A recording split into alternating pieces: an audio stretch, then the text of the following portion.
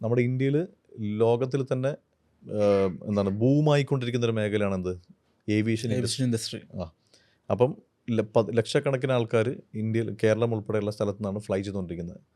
അപ്പോൾ ഇനി അവരുടെ കാര്യങ്ങൾ, അതായത് ഈ പാസഞ്ചേഴ്സിൻ്റെ കാര്യങ്ങളൊക്കെ ഹാൻഡിൽ ചെയ്യണമെങ്കിൽ ആര് വേണം?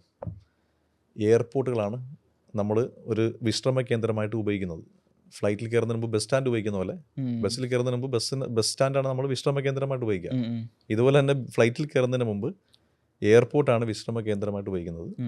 അപ്പം എയർപോർട്ടിൽ കയറി കഴിഞ്ഞാൽ അവിടെ നമുക്ക് ഹോസ്പിറ്റാലിറ്റി വേണം, ശരിയല്ലേ? ടിക്കറ്റ് എടുക്കണം. അപ്പോൾ ടിക്കറ്റിംഗ് ആരാണ് കൊടുക്കുന്നത്? എയർലൈൻ ടിക്കറ്റിംഗ് ഏജൻ്റ് എന്ന് പറയും. നമ്മൾ എയർപോർട്ടിനുള്ളിൽ കയറി കഴിഞ്ഞാൽ നമ്മളെ സ്വീകരിക്കണം, നമ്മുടെ ബാഗ് പരിശോധിക്കണം.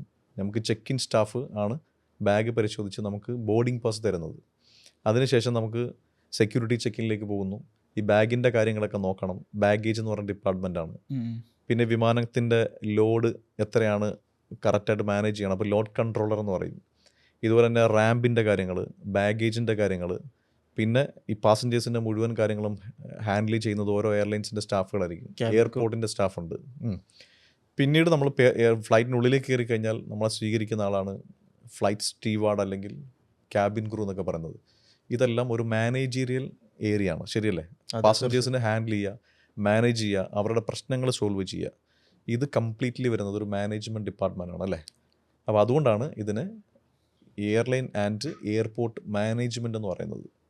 അപ്പോൾ ആ ഏരിയയിൽ താല്പര്യമുള്ള വിദ്യാർത്ഥികൾക്ക് പഠിക്കാൻ പറ്റുന്ന ഒരു ഓപ്ഷനാണ് എന്ത്, അടുത്തൊരു കോഴ്സാണ് എയർലൈൻ ആൻഡ് എയർപോർട്ട് മാനേജ്മെൻറ്റ്.